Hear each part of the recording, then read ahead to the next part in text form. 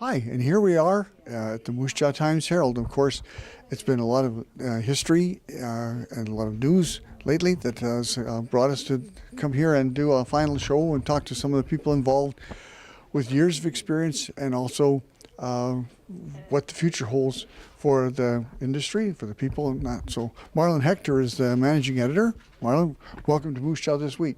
Thank you. Yeah. Good to be here. Yeah, and Doug Licks is the regional distribution coordinator? Director of circulation and Director of circulation. That means you make sure your paper gets to your house. Exactly. That's the thing. I'm the head paper boy. Exactly. And probably one of the longest serving people on the staff. Pretty much. There's a couple that have been here a little bit longer, but 25, 26 years? I've got over 35 years in the industry. I was here, and then I went to the Regina Leader Post for a while, and then I came back. So went to the other side and the dark side, and I've been back. But I've been in the printing and newspaper industry since 1983. So, Now, Marlon, you've got quite a history to get here. What started you off in this career to get to end up in Moose Jaw? Well, I didn't originally study journalism. I went back to school after being years away from university, and I decided, I was taking pictures at the time. I was doing a lot of photography, so I thought, man, I want to be a photojournalist. You don't have photojournalists anymore. No. You have to do everything these days. And so I went back to school. Learned some writing skills and some photography skills, and then at the time I was actually working on a cruise ship where I met a girl from Moose Jaw. Of course. And as you do, and in 2010, we got married, and in 2010 we settled down in Moose Jaw where she grew up, and I applied for a reporter position at the Moose Jaw Times-Herald. And they weren't looking for a reporter, but at the time, they were opening up a new kind of centralized, layout production center. And turned out that Rob Clark at the time, he was the publisher, who's now at the Moose Jaw Chamber of Commerce, and he offered me the job to manage that department. And that was 7 years ago, 2010. And then, there's been a lot of changes over even this short 7 years, but in this last summer is when they asked me to be the managing editor. Yeah. So it was quite a trek, but anyway. Yeah, good. Now we're talking, guys, just move in a bit closer and to talk a bit about the history of this building. Now, of course, Moose Jaw Times-Herald has been in different locations around the community. If you look at some of the older buildings, you'll see Evening Times on one building and Moose Jaw Times on another. And it's centered here like in the 50s or 60s, I think this. 54, I believe it was built. This part of the building was built. The far east side, that was added in the 70s when they went to offset presses. But since the 50s, they had the presses downstairs, production all downstairs, and then the office is up here. So it's gone through quite a change over the years. So. And a lot of people have traveled and cut their teeth. And this was kind of like a training place for people along the way. Definitely. The newspaper industry back at that time, the salespeople, editorial people, circulation, they were very mobile. So they'd be young, they'd hire especially young men. They would hire them here. They would start, say, in the circulation as a clerk or district manager, and then they'd work their way up through the chain as to a management and that. And they do the same thing with reporters. So there was a lot of people coming in and out of here all the time. So that's the way they used to do it. But as things changed, you got into the 80s and 90s and that, it was more people would settle down and they'd just hire locally and they'd stay a little bit longer. So, but reporters always, there's been a lot of different people that have come through here over the years. And I'm sure there've been some characters that have passed through the doors of this place. I think of a couple of my friends over the years have had the opportunity to work here. And of course, Peter Zosky was one of the most famous people who was employed here as a city editor. But I think of John Chaput, who's went on to another career, and most of the sports writers in Saskatchewan have got, if you look at the Leader Post. It's funny because, as we're currently working on the final commemorative issue, it's just, all these names that come up, and all these people sending us letters, and the CBC leader post papers across the country, and this paper has touched a lot of lives. Yep. So. Yeah. And most certainly the ones that we have ourselves. So we were talking with Doug and I were talking before that this industry is one of those industries that's coming into a decision has to be made about, is it going to continue to exist? And today, as we record this, 26 newspapers in Toronto were told that they're going to be shutting down. Exactly. The electronic media is available to people, and which is, quick news instantly, which a lot of people want.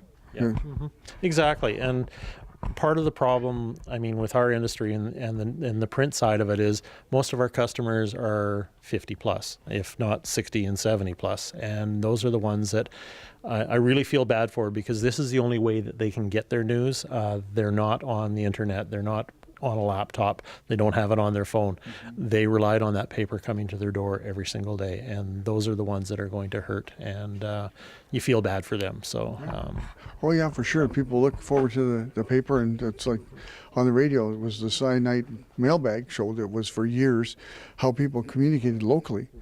And the Times-Herald has had a reputation of being able to cover a lot of the local news stories that maybe would pass by with the national aspect of it. Right. Nobody does local news like a local paper. Mm-hmm. These reporters, they're on the street, they're knocking on doors, and they're asking the questions that need to be asked. And I think that's what's lost when you lose a local paper. Yeah. And again, but in our society nowadays, quality isn't necessarily as important as accessibility. Exactly, and ethics as well. That's the part that worries me, is what you get on the internet. You have no idea what the source is, and even though it looks legitimate, no clue. The trained journalists, they've been trained. They have ethics. They have a set of standards that they have to follow. And I was thinking one of your longtime reporters here, Eli Carman, was. He went to. Oh yeah, mm-hmm. Yeah, sat right over here. Yeah, wow. No, Eli was here for many years. Very, very shy man, but he was when he covered an event, he got all the facts right, he got the dates right, the times right, and the information was shared. Because he had that integrity of a person, and a lot of the people who've had your managing editor positions are also very, very good people in the community, and the Times-Herald has been a leader in some of the community activities, for sure. Right. So, what does it mean to you when next week, as it comes, it's December 6th or 7th? It's not really confirmed yet, depending on the dates that you guys do news, and it has to cut off at 5 o'clock the night before, and then before it can get in the next day. Yeah. And so I don't know exactly what date that'll be, but I know that there's a commemorative initiative certainly coming together. Right. Yeah. We, up until Tuesday, it's going to be a normal newspaper, which means whatever happened the day before is what we're going to put in the paper. Wednesday, which we're already working on, is our commemorative issue. It's going to be a lot of looking back, and actually it's going to be some looking forward. We've been involved with a school in Moose Jaw where kids have kind of been interacting and engaging with the content in the paper. They've been writing letters to the editor, and so we feel like that's going to be an important section because it actually looks forward. What's tomorrow's journalist going to look like? And of course, as you said, the mediums are changing. I don't think the world can get by without real journalism. Mm. So the medium is changing.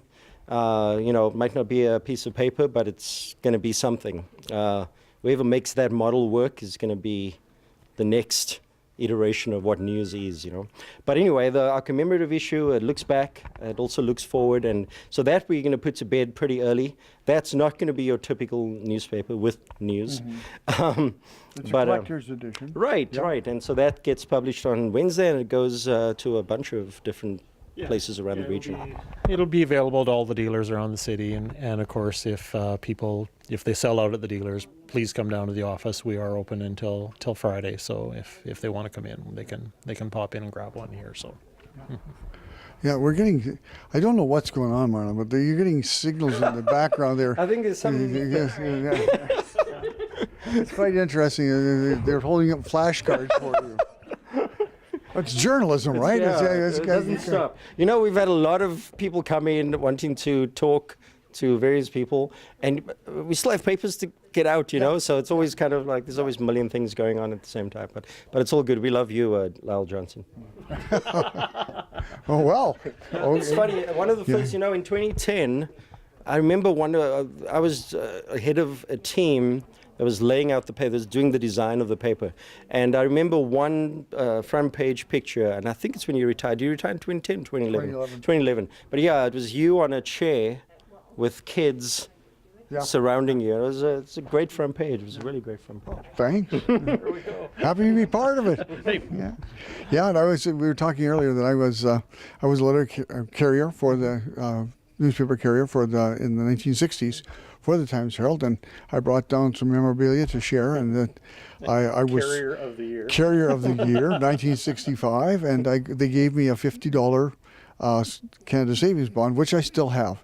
And I would just it's worth more to me to keep for the memento of it than it would be for the $63 or whatever it is it's worth today. Definitely. And you've got the same kind of you were from Prince Albert, and you were a paper boy there too. But we're summing up. We got our last minute here, and so where are we going?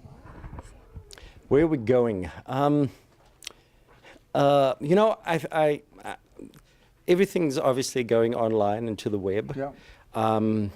The person who figures out how to do that in a sustainable way, I think, is the next big newspaper move. The Times-Herald obviously is closing down, and I think it's going to leave a gap in the city. It does important work, but I think it's not going to be long before somebody fills that gap with something that might even be better. Hope so. I hope that the other news media in town picks up their game Yeah. and delivers the news that the people at Moose Jaw want. And as for me, I'm going to hop on my Harley and ride off into the sunset. I just might have to wait till spring. And as they say in the newspaper industry, that's 30. And from Moose Jaw Times-Herald.